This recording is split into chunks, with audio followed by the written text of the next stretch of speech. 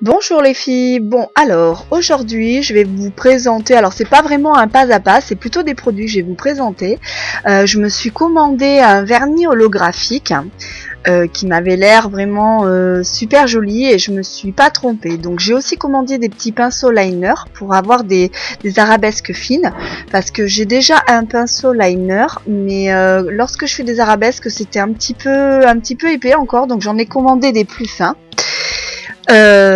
Ensuite, je me suis commandé des perles argent et or de différentes tailles parce que souvent je vois des poses avec des gros bijoux comme ça et j'aime bien.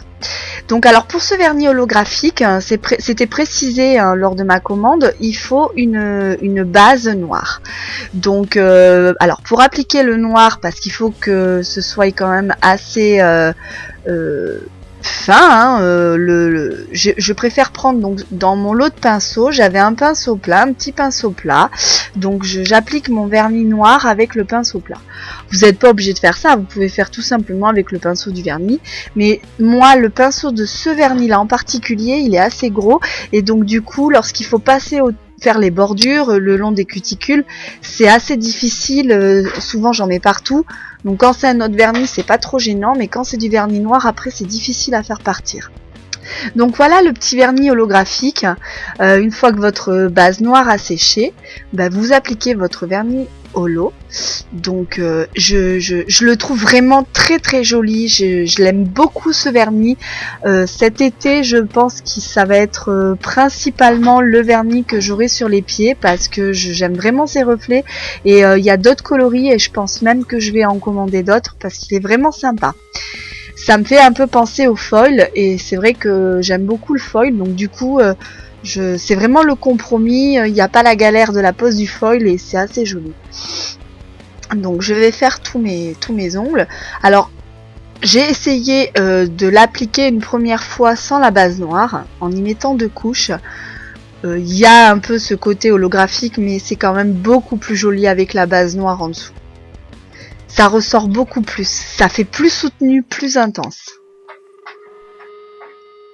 Donc voici le petit carrousel de perles or et argent. Et le carrousel de strass de toutes les couleurs, il est trop beau. Alors, donc maintenant, je vais appliquer mes petites perles. Je place un petit peu de top coat, une goutte de top coat pour chaque perle.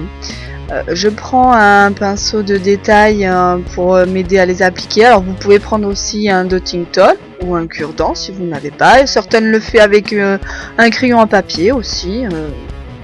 Donc après c'est au choix. Donc j'avais envie de faire quelque chose qui faisait un peu glam rock. Alors là je prends les perles rouges. Je suis un peu déçue parce qu'une fois que je les ai appliquées, en fait, ça faisait vraiment ton sur ton. Donc du coup, on les voit pas trop. On voit plus les perles argent et doré. C'est un petit peu dommage. Mais vous n'avez pas fini de les voir, ces perles, parce que je les trouve tellement belles que vous les verrez vraiment sur beaucoup de mes prochaines poses.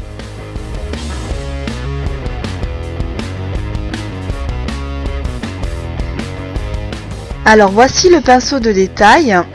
Que je vais essayer. Donc d'habitude quand on fait du nail art au vernis à ongles, c'est souvent un peu épais. Là vous pouvez voir comme le pinceau est fin parce que même avec le vernis, j'arrive à faire des traits très très fins et ça c'est rare quand même.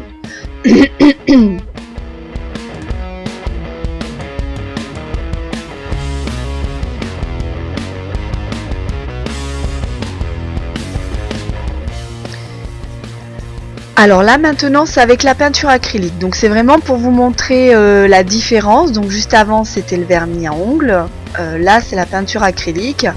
Je fais vraiment des traits extrêmement fins, je suis vraiment très contente de ce pinceau, je regrette vraiment pas de l'avoir acheté. Ça va me permettre enfin de faire les arabesques que je n'arrivais pas à faire jusqu'à présent, avoir une certaine finesse que je n'arrivais pas à avoir. Vraiment, je suis satisfaite de mon achat.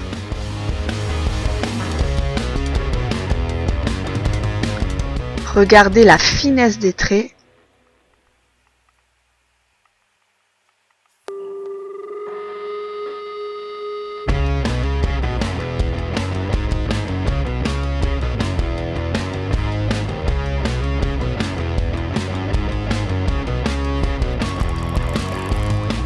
Alors maintenant du top coat, je continue à mettre mes perles. Donc là après c'est vraiment de la petite décoration, on fait un peu comme on veut. Il n'y a pas de règles. Par contre n'oubliez pas votre couche de top coat parce que sinon ça tiendra pas. Et c'est quand même mieux de faire une goutte à chaque perle parce que si vous mettez votre top coat trop tôt, le top coat aura séché, ça vous fera une épaisseur et la perle ou le strass ne tiendra pas.